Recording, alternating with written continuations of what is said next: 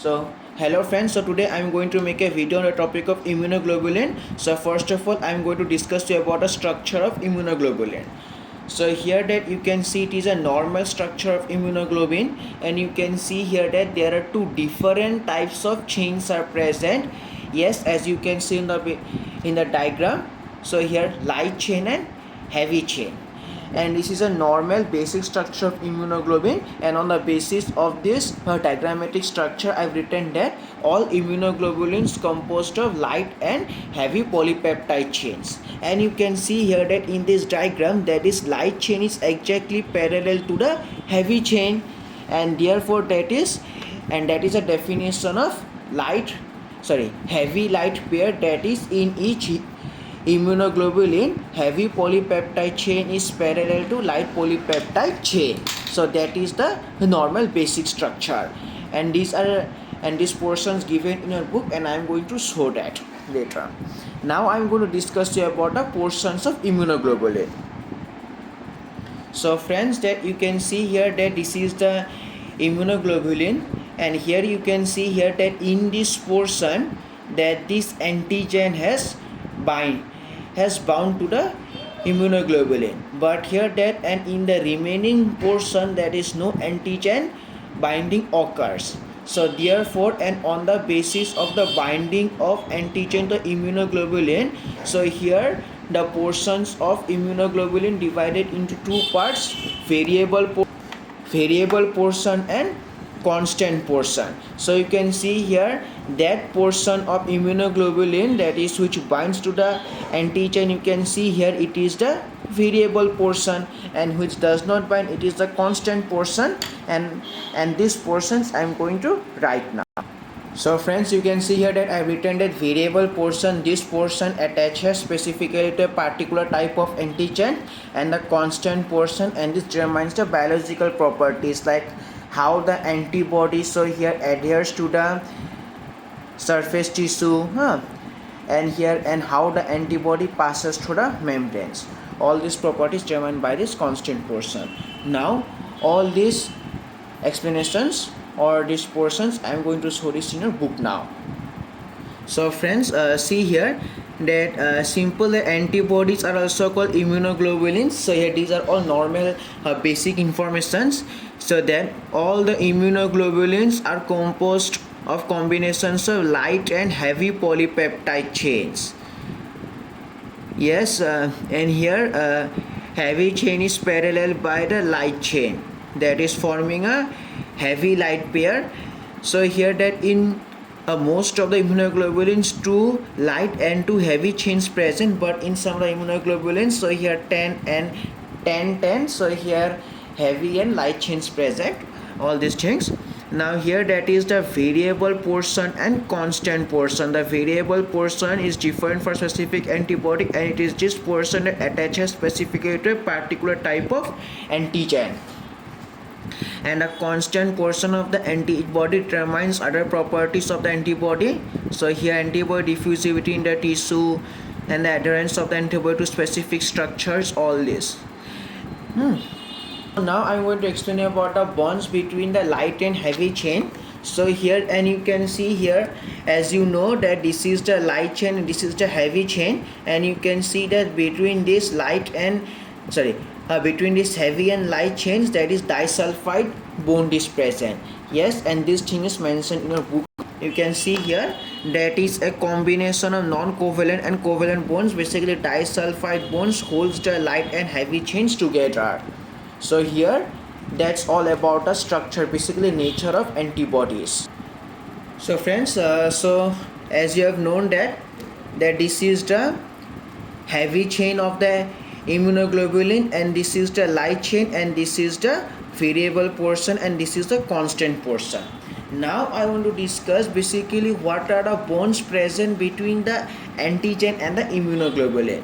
So here as you have seen that this is the antigen, so and these are the four different types of bonds present between the immunoglobulin and the antigen. So first of all, that this is the van der Waals force, this is the hydrophobic bond, and here and this is the hydrogen bond, and this is the ionic attraction, and and all these things mentioned. See, when the antibody is highly specific, there are so many bonding sites that antigen antibody coupling is extremely strong. So here hydrophobic bonding first, and the second one is the hydrogen bonding, ionic attraction, and the fourth one is the van der Waals forces. So friends, so now I'm going to discuss you about the 5 general classes of antibodies or immunoglobulins. So you can see here that immunoglobulins, so here 5 general classes: IgM, IgG, IgA, IgD, IgE. Yes, so the mnemonic is basically you can see gamed, or you can see or gamed. Gamed you can see here just in this way. So your mnemonic, how you have to remember, but only that these are the 5 different classes of antibodies. But now that is I'm going to explain about it. So here interesting fact. So here that you can see that this is the immunoglobulin G, and here that it is always bivalent, and it contributes about 70% of immunoglobulins found in normal persons. Yes, so here that this portion is very important, because later in pathology, whenever you will study that there is some disorder, that the concentration of these immunoglobulins is either reduced or increased. So therefore that is to know normal thing is very important. And next is about the IgE, that it is involved in allergy reaction. Now here that this is the immunoglobulin M. Now here that the most interesting thing is that you should see that these are the binding sites. So this is one immunoglobulin, one bivalent immunoglobulin, next bivalent immunoglobulin. So you can see that 1, 2, 3, 4, 5 bivalent immunoglobulins together make that this IgM structure. So therefore that it has 1, 2, 3, 4, that is 10 binding sites, because these are the binding sites. So therefore that I written that is 10 binding sites in immunoglobulin M, and all these things mentioned I'm going to show this. See, so the 5 classes of antibodies are respectively IgM, IgG, IgA, IgD, and IgE. Now that is one interesting fact, that IgG, which is a bivalent antibody, and it constitutes about 75% of the antibodies of a normal person. IgE constitutes only a small percentage of the antibodies, but it is involved in allergy reaction. Yes, that here that it is a large share of antibodies, that these antibodies have 10 binding sites, and therefore that is primary and secondary responses are also strong. So friends, so now I'm going to discuss here about the mechanisms of action. So the first one is the by direct action on the invaders, and second by activation of complement system. The first one is the direct action on the invaders. So the first one is the neutralization. So neutralization, you can see here that it is a simple, that it is the antigen, and this is the surface of antigen, and this is the antibody. Yes, that this antibody can be of like that bivalent, trivalent, tetravalent, but as I already mentioned that most of the immunoglobulins are bivalent in nature, that means 2 binding sites. Now that here that all the that is antibodies, they attach the surface of the, you can see here that is attach the surface of the antigen and cover the surface of the toxic antigen, and in this way that is the antigen is finally neutralized. So that's all about the neutralization reaction. And second is about the lysis reaction. You can see here that this antigen reacts with the antibody, and as a result of this, so here that is a lysis of antigen occurs, because that this antibody directly attacks this antigen.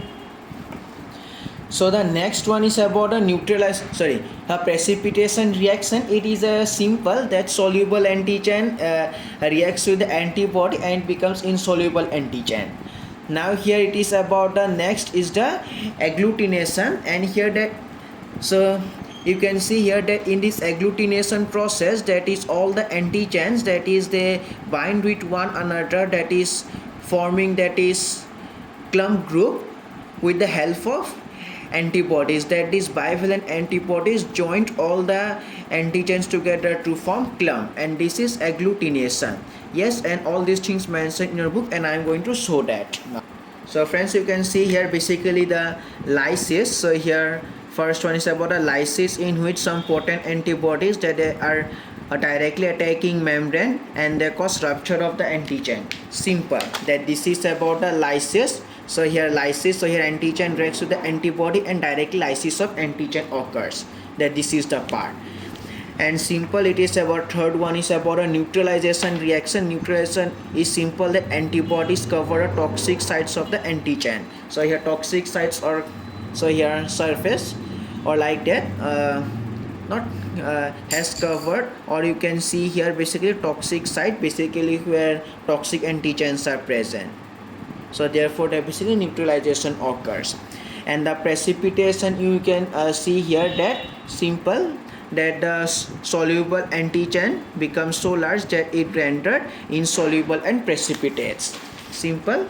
And the fourth one is about the agglutination reaction, and you can see here that in the agglutination reaction, that this so here all the antigens, so here they bound together into a clump and with the help of bivalent antigens, all these things. Now in the next video I'm going to explain about the classical pathway. That's all. Thank you.